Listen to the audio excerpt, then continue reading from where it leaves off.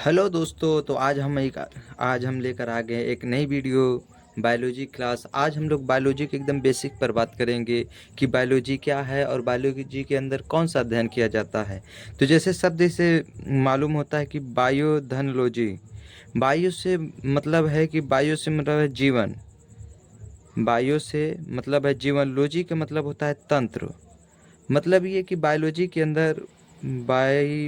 अंदर ऐसे ऐसे सब्जेक्ट या ऐसे विषय का अध्ययन किया जाता है,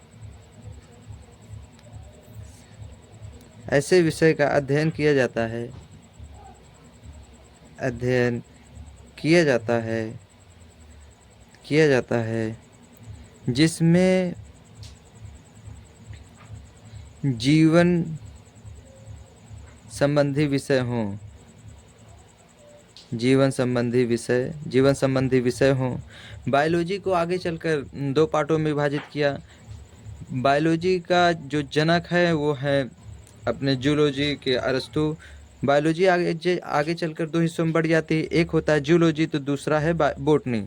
जूलॉजी यानी मतलब जंतु विज्ञान, और बोटनी यानी मतलब बोटनी यानी वनस्पति विज्ञान, वनस्पति विज्ञान। जैसा कि नाम से स्पष्ट है, जंतु विज्ञान का आविष्कारक, जो जूलॉजी के आविष्कारक हैं वो है अरिस्टोटल, जबकि वनस्पति विज्ञान के हैं थियोफ्रेटस।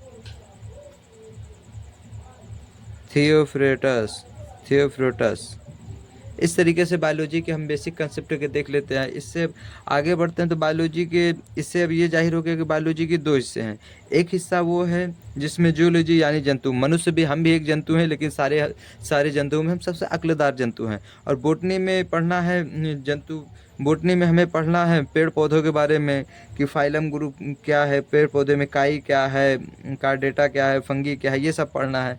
तो बायोलॉजी में सबसे पहले आज हम देख लेते हैं कोशिका। कोशिका सबसे छोटी इकाई है। कोशिका का अध्ययन की साइटोलॉजी कहलाता है, और कोशिका ही मानव शरीर की सबसे छोटी इकाई है। जैसे एक हलवा होता है, तो हलवा रवा एक एक दो दो सूजी का छोटे छोटे कण लेके पूरा हलवा का निर्माण करता है, एक दोना हलवा का निर्माण। उसी तरीक़े से छोटी छोटी कोशिकाएं हमारे मिलकर शरीर का निर्माण करती हैं। तो सबसे पहले सेल हो गया, सेल के बाद हो गया टिश्यू हो गया, टिश्यू के बाद ऑर्गन्स हो गया, पार्ट हो गया, टिश्यू के बाद पार्ट के बाद बॉडी हो गई। तो सेल हमारी बहुत सारी, कम से कम 10 करोड़ या 10 अरब कोशिकाएं मिलकर एक टिश्यू का निर्माण करती हैं। यानी बहुत सी सारी कोशिकाएं मिलकर टिश्यू का निर्माण करती हैं, और बहुत सारी टिश्यू मिलकर हमारे अंग बनाते हैं, जैसे हाथ, पैर, टांग, जबान, मुंह वगैरह। और सारे पार्ट्स मिलकर हमारी बॉडी निर्माण करते हैं। तो इस तरीके से सेल जो है हमारे शरीर की महत्वपूर्ण इकाई हो जाती है। तो कोशिका के बारे में ही जान लेते हैं। कोशिका का अध्ययन, सेल का अध्ययन जो है साइटोलॉजी कहलाता है। सेल का अध्ययन साइटोलॉजी कहलाता है। कोशिका की खोज रॉबर्ट हुक ने, कोशिका खोज रॉबर्ट हुक ने की थी। रॉबर्ट हुक ने खोजा, लेकिन ये किसी पेड़ की छाल थी। जबकि जीवित कोशिका की जब बात करते हैं, जो लाइव सेल है, जीवित कोशिका, जीवन वाली कोशिका, तो ये है लिवेनहोक साहब है। लिवेनहोक ने खोजा था। अगर कोशिका सबसे छोटी और बड़ी की बात करें तो सबसे बड़ी कोशिका होती है शुतुरमुर्ग के अंडे के, शुतुरमुर्ग का अंडे के। जबकि सबसे छोटी होती है माइक्रोप्लाज्मा,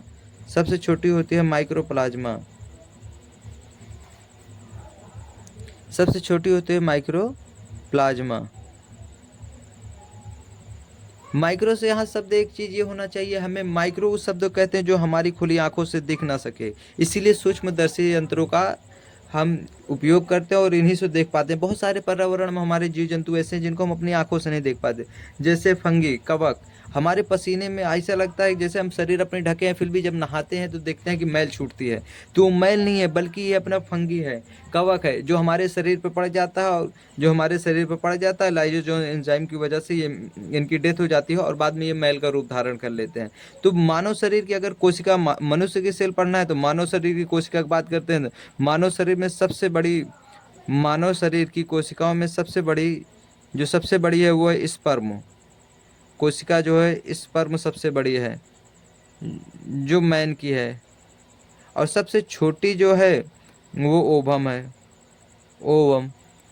मानव में स्पर्म और ओवम जो फीमेल की है, फीमेल की है।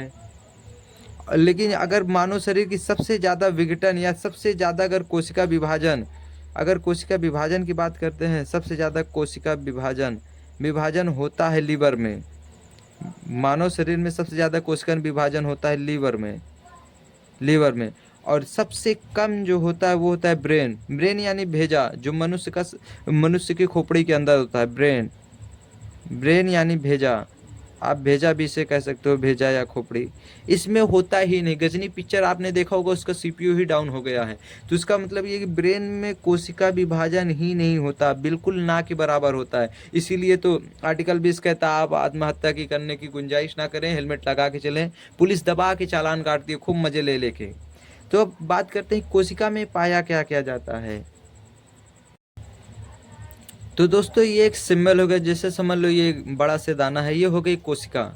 ऐसे मान लो छोटी छोटे कण, ऐसे छोटे छोटे कण हमारे पूरे शरीर में भरे हुए हैं। ये कोशिकाएं करीब करीब 10 अरब कोशिकाएं हैं जो हमारे शरीर का निर्माण की हैं। तो कोशिका ही सबसे पहली बात तो सूक्ष्मदर्शी चीज़ें जो हमारी आंखों से दिखती नहीं। तो इनको लेवेनहुक ने खोज दिया, लेवेनहुक ने जीवित कोशिका खोजा। तो उसके बाद इसको और गहराई से जब माइक्रोस्कोप से देखा गया तो इसमें आगे सबसे पहले जो मिला वो है माइट्रोकांडिया। एम का सिंबल ले लो, माइट्रोकांडिया, माइट्रोकांडिया। माइट्रोकांडिया का मेन उद्देश्य, जो माइट्रोकांडिया का मुख्य कार्य है वो है ऊर्जा बनाना, ऊर्जा का निर्माण करना। हमारी कोशिकाओं के अंदर जो ऊर्जा निर्माण करती है, यानी हमारे अंदर जो भी ऊर्जाएं बनती हैं उनको सबका निर्माण जो माइट्रोकांडिया करती है। इसीलिए इसे जगलेटर पावर हाउस जैसी चीज़ों से भी इसे व्याख्यानित किया गया है। माइट्रोकांडिया का मुख्य कार्य कोशिकाओं के लिए और हमारे पूरे शरीर के लिए ऊर्जा निर्माण करना। अब ऊर्जा तो बना लिया, और फिर इसके बाद दूसरी चीज़ें जो है वो जी का सिंबल, जी यानी मतलब गाल्जी बॉडी, गाल्जी बॉडी। जैसे हमारे घर में रसोई घर होता है तो रसोई घर में खाना बनाया जाता है, लेकिन परोसने वाला या ले जाने वाला चीज़ें यातायात के लिए कोई ना कोई चीज़ तो आवश्यक है। तो इसके लिए कोई तो होना चाहिए जो भाई ऊर्जा का ट्रांसफ़र करे यहाँ से यहाँ। जैसे हम बात कर रहे हैं तो हमारी सबसे ज़्यादा ऊर्जा जो लग रही है वो मुंह को लग रही है। तो अब हाथ पैर के पास जो ऊर्जा बनी है उसको यहाँ पर कोई ले आएगा, ले जाएगा। यातायात संसाधन के लिए कोई ऊर्जा की तो आवश्यकता है।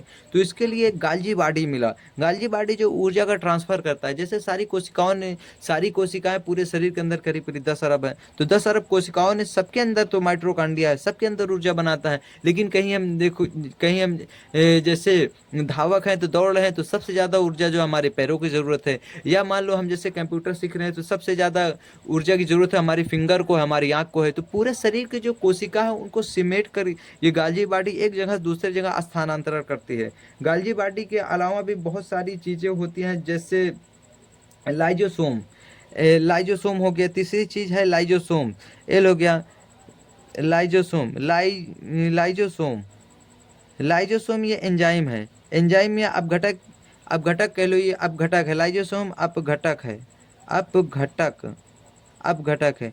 इसे सबसे ज़्यादा हमारे शरीर को जो प्रतिरक्षा करती है, हमारे शरीर के अंदर किसी अन्य चीज़ों को आने से रोकती है, वो लाइजोसोम से ही है। इसे आत्महत्या की थैली कहते हैं, आत्महत्या आत्महत्या की थैली कहते हैं।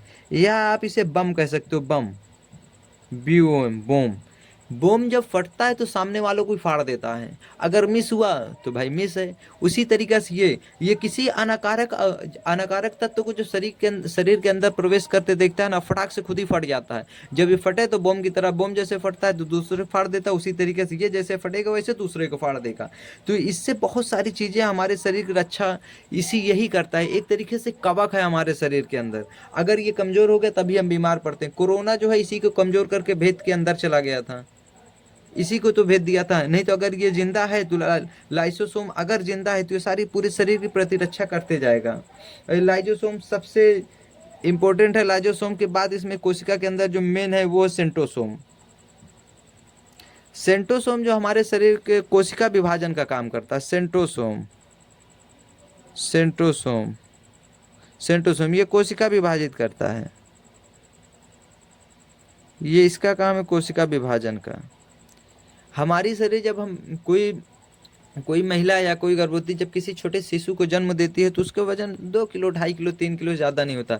लेकिन धीरे धीरे ये कोशिका विभाजित हो जाती है और बबुआ छोटा से बढ़ते बढ़ते बढ़ते जवान हो जाता है, और फिर उसके बाद बुढ़ा हो जाता है। तो फिर एक दिन खाट पे निकल के फुर्सते निकल जाता है। तो ये जो बीच में हमारा जो शरीर में परिवर्तन हो रहा है, उनका मुख्य काम जो परिवर्तन है ना, वो ये कोशिका की ही देन है। कोशिका ही हमारे पूरे शरीर को विभाजित करती है, और यही इसी किसी के अंदर कम डिवाइड होगी, कम विभाजित होगी तो बौना है, किसी के अंदर बहुत ज़्यादा होगी तो मोटा जाएगा, अगर किसी के अंदर कम है तो भाई लकड़ी की दुकान हो जाएगा। तो कोशिका हमारे शरीर के लिए बहुत बहुत ज़रूरी है। कोरोना जब बीच में आया था, या जो बीमारियां आती है ना इसी को पकड़ लेते हैं, जैसे टाइफाइड बुखार है तो इसी साइट्रोसोम को पकड़ लेती, कहती धारा बाबू, सेंट्रोसोम को पकड़ के और इसी कहती हैं ले बाबू हमारा वाला कॉपी मारते हैं। तो ये कोशिका विभाजित करते हैं। जैसे कोरोना आया था, पकड़ लिया इसी को, कहा भाई मेरा वाला कॉपी मार दो, और पूरे शरीर में बैक्टीरिया जीव वायरस ही भर गया, और सब आदमी खांस रहा है, ये कर रहा है वो कर रहा है, ठीक से किसी के बारे में इसके बारे में अब कोशिका में इसके बाद जो आ जाता है वो आ जाता है हमारा केंद्रक। केंद्रक यानी ब्रेन, न्यूक्लियस। पूरी कोशिकाओं के अंदर कौन क्या काम करेगा क्या नहीं करेगा इसका पूरा सिस्टम केंद्रक देखता है। जैसे हमारे पूरे शरीर का कौन सा अंग क्या करेगा, स्टिमुलस लेवल के जो चीज़ें हैं, कोई देखता कुछ और खाता कुछ और, करता कुछ और, तो इन सब के लिए माइंड ही जिम्मेदार है। हमारा दिमाग जैसे कहेगा वैसे होगा। उसी तरीके से कोशिकाएं पूरी क्या करेंगी क्या नहीं करेंगी उसके लिए जो केंद्रक है ना, यही पूरा सिस्टम बनाता है, और यही जिसको जो ऑर्डर देगा फटाफट करते जाएगा। ये केंद्रक है। केंद्रक के अंदर क्रोमोसोम मिलेगा, इसी के अंदर डीएनए मिलेगा, और इसी के अंदर जीन मिलेगा, जो आगे चल के हमारे मनुष्य के जीन इफेक्टेड के जीन के लिए बहुत जरूरी है। आगे इसका चैप्टर भी है जिसको अलग से हम समझा देंगे। तो कोशिका की ये थी बेसिक जानकारी। अब इसके आगे के लिए धन्यवाद।